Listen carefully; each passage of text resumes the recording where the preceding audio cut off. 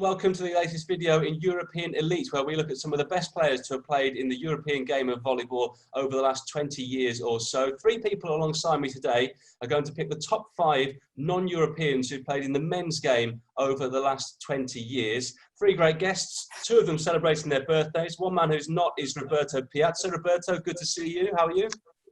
I'm happy to be here, and thanks for invitation. Hello to everyone.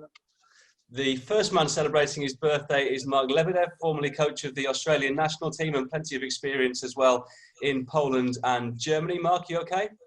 I'm great, thanks. Great to be sharing this day with Stelian and everybody else. Yeah, Stelian Mokolescu, 70 today. How has it been so far? It's okay, it's fine. It's very nice.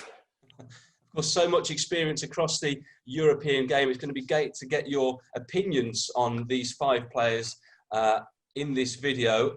Let's get straight to it. Let's start with Mark. Mark, who would you like to put forward as the first player that should be in this top 5 list?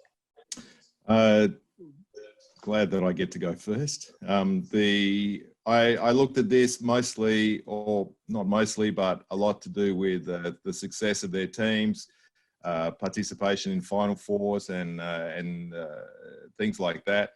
And so for me, the first non-European player that really comes up here is Matt Anderson from the United States.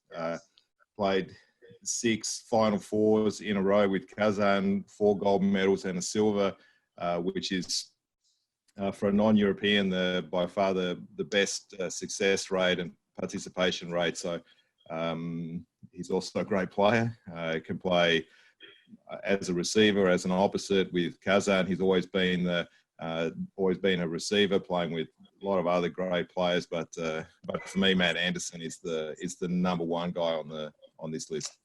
What makes him so good as a player? You know, you say that he's flexible, but in terms of the actual core skills that he possesses, what makes him so good?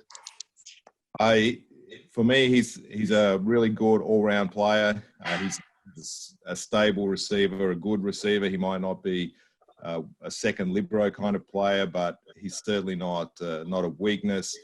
He can attack really well, fast ball, high ball, pipe, and he has a really good serve. So he's a guy that can hurt you in a lot of ways. And when he's playing in a team with Mikhailov and Leon, often you focus all your attention on one of the other guys, and he sneaks up and gets a quiet 25 and 3 aces and a couple of blocks, and he's been part of all those winning successful teams.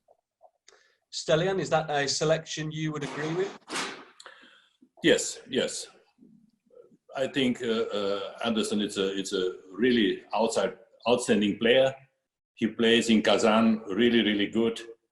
It's a player who plays in the national team and also in the clubs plays good, because we have a lot of players, they play only in the national team much better than he's playing in the club competition. And I'm agree with Mark that he's technically really good in attack, in pass, in serve.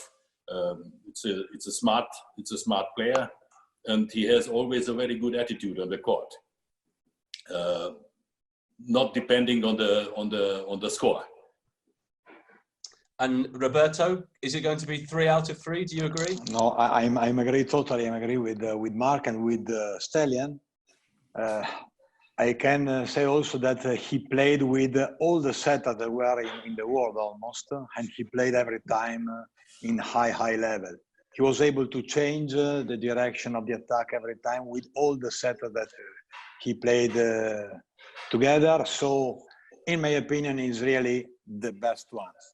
Okay, easy. Right, so our first player in the top 5 non-Europeans is Matt Anderson of the United States. 4 Champions League gold medals with Zenit Kazan.